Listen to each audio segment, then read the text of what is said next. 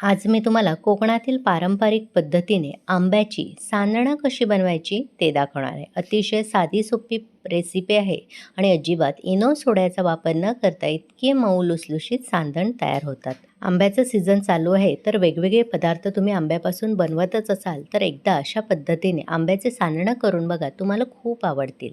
चला तर मग लगेचच रेसिपीला सुरुवात करूया. नमस्कार, मी प्रेषिताच किचनमध्ये तुम्हा सर्वांचे पुन्हा एकदा खूप खूप स्वागत करते. आंब्याची सांदणं करण्यासाठी आपल्याला लागणार आहेत ते म्हणजे तांदूळ. मेजरमेंट कपचा 1 कप भरून इथे मी तांदूळ घेतले आहेत. कोणतेही जाड जुने तांदूळ वापरायचे, इडलीचे तांदूळ वापरले तरी देखील चालेल. हे तांदूळ मी 2 ते 3 वेळा स्वच्छ असे पाण्याने धुवून घेतले आहेत. त्यानंतर त्यातील पाणी निथळवून फॅनखालीच ते असे कोरडे करून घ्यायचे. उष्णता भरपूर आहे त्यामुळे लगेचच फॅनखाली असे कोरडे होतात. आता हे तांदूळ आपल्याला मिक्सरमध्ये वाटून घ्यायचे आहेत, म्हणजे या तांदळाचा आपल्याला बारीक रवा करून घ्यायचा आहे. पण रवा करण्याच्या आधी हे तांदूळ भाजून घेणं गरजेचं आहे. त्यासाठी गॅसवर कढईमध्ये हे तांदूळ मी घातले आहेत आणि मंद ते मध्यम आचेवर हे तांदूळ गरम होईपर्यंत, हलकासा त्याचा सोनेरी रंग होईपर्यंत भाजून घ्यायचे आहेत. जास्त करपवायचं नाहीत आपल्याला, थोडेसे ते कुरकुरीत झाले पाहिजेत आणि फुलले पाहिजेत, म्हणजे आपली सांदणं मस्त जाळीदार आणि मऊ लुसलुशीत तयार होतात. इथे 7-8 मिनिटं झाली आहेत. तांदूळ मी हलक्या सोनेरी रंगावर भाजून घेतले आहेत. आता लगेचच गॅस बंद करायचा आणि हे तांदूळ आपल्याला पूर्णपणे गार करून घ्यायचे आहेत. गार झालेले तांदूळ एका मिक्सरच्या भांड्यामध्ये घालायचे आहेत आणि मिक्सर चालू बंद करून याचा रवा करून घ्यायचा आहे. अगदी दरदरीत असा रवा, जसा आपला उपम्याचा रवा असतो त्या पद्धतीने आपल्याला रवा करून घ्यायचा आहे. तुम्हाला इथे जर फार जास्त तांदूळ जाड वाटत असतील किंवा अख्खे तांदूळ यामध्ये राहिले असतील तर एकदा तुम्ही जाड चाळणीने चाळून घेऊ शकता. पण मला इथे गरज वाटत नाही, जसा रवा असतो त्या पद्धतीने इथे मी बारीक करून घेतला आहे. आता हा रवा एका बाउलमध्ये आपल्याला काढून घ्यायचा आहे. आता ज्या कपाने आपण तांदूळ मोजून घेतले त्याच कपाने 1 कप भरून आपल्याला यामध्ये आंब्याचा गर घालायचा आहे. यामध्ये अजिबात पाणी किंवा दुधाचा वापर केलेला नाही, फक्त आंब्याचे तुकडे मिक्सरमध्ये मी फिरवून घेतले आहे. आज मी हापूस आंब्याचा गर वापरला आहे. याऐवजी तुम्ही कोणत्याही आंब्याचा गर वापरू शकता, फक्त आंबा गोड असावा याची खात्री करून घ्यावी. सांदणं गोड असतात त्यामुळे आपल्याला यामध्ये अर्धा कप एवढी साखर घालायची आहे आणि थोडीशी वेलची पावडर किंवा इथे मी 3-4 वेलच्या अशा खलबत्त्यामध्ये कुटून घेतल्या आहेत त्या घालणार आहे. गोडाची सांदणं असली तर यामध्ये किंचित चवीप्रमाणे मीठ सुद्धा घालायचं आहे. आता सर्व पदार्थ आपल्याला एखाद्या चमच्याने एकजीव करून घ्यायचे आहेत आणि हे मिश्रण आपल्याला 8 ते 9 तासासाठी असंच आंबवत ठेवायचं आहे. मिश्रण अजिबात खराब होत नाही. यामधला तांदळाचा रवा आहे तो फक्त फुलून यायला मदत होते.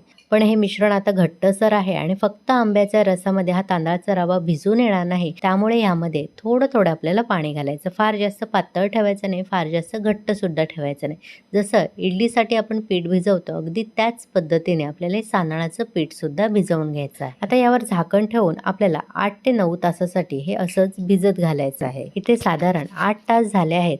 आता झाकण उघडून बघू शकता कसा रवा फुलून आला आहे, मऊसूत झाला आहे. इनो सोडा अजिबात यामध्ये घालणार नाही. तुम्हाला पाहिजे तर इनो किंवा सोड्याचा किंचित यामध्ये वापर सुद्धा करू शकता. कन्सिस्टन्सी एकदा चेक करून घ्यायची आहे. थोडीशी घट्टसर मला इथे वाटत आहे, त्यामुळे 1 ते 2 चमचे यामध्ये मी पाणी घालणार आहे आणि पुन्हा एकदा मिसळून घेणार आहे.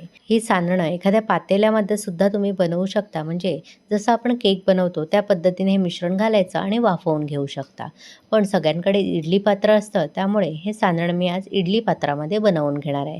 त्यासाठी इडली पात्राला ब्रशच्या मदतीने थोडंसं साजूक तूप लावून घेणार आहे. गोडाचा पदार्थ आहे त्यामुळे मी साजूक तुपाचा वापर केला आहे. तुम्ही तेलसुद्धा वापरू शकता. आता ह्यामध्ये जशी इडलीचं आपण मिश्रण भरतो तसं थोडं थोडं मिश्रण भरून घ्यायचं आहे. साधारण 1 ते 2 चमचेच आपल्याला मिश्रण ह्यामध्ये भरायचं आहे. अशाच पद्धतीने सर्व हे मिश्रण इडली पात्रामध्ये मी भरून घेणार आहे. आता ही सांदणं वाफवण्यासाठी इडली पात्रामध्ये पाणी चांगलं खळखळून गरम करून घेतलं आहे. ह्यामध्ये हे इडलींचं स्टँड ठेवायचा आणि 10 ते 15 मिनिटासाठी आपल्याला हे सांदणं वाफवून घ्यायचे आहेत मध्यम आचेवर. इथे 10 ते 12 मिनिटं झाली आहेत. आता ही सांदणं झाली आहेत की नाही एकदा चेक करून घेऊया. एखादी सुरी किंवा अशी टूथपिक घ्यायची, सांदण्याच्या मध्यभागी घालायची आणि स्वच्छ टूथपिक बाहेर येते म्हणजे सांदणं झाली आहे असं समजायचं. जर ह्याला काही मिश्रण ओलसर चिकटत असेल तर आणखी 2 मिनिटं तुम्ही वाफवून घेऊ शकता. आता गॅस लगेचच बंद करायचा आहे आणि हे इडली स्टँड आपल्याला बाहेर काढून थोड्या वेळासाठी कोमट करून घ्यायचं आहे. आता ही सांदणं थोडीशी कोमट झाली आहेत, लगेचच आता ती सर्व करून घेऊया. बघू शकता स्टँडपासून लगेचच सुटली जात आहेत, कारण आपण त्याला तूप लावून घेतलेलं. तुम्हाला माझी आजची सांदणं करण्याची रेसिपी कशी वाटली? आवडली असेल तर नेहमीप्रमाणे एक लाईक, शेअर करा. प्रेषिताच किचनला सबस्क्राईब करून नोटिफिकेशनचं ऑलचं बटन दाबायला विसरू नका, जेणेकरून माझ्या अशाच सर्व रेसिपी तुम्हाला लगेचच पाहता येतील. यातलं एक सांदण मी तुम्हाला तोडूनसुद्धा दाखवते. बघू शकता किती मस्त आणि मऊसूत झाले आहेत, जाळीदारसुद्धा झाले आहेत. अजिबात इनो सोड्याचा वापर केला नव्हता, तरीसुद्धा इतकी मस्त सांदणं तयार होतात. तुम्हीसुद्धा करून बघा आणि कशी झाली ते कमेंट करून मला नक्की कळवा.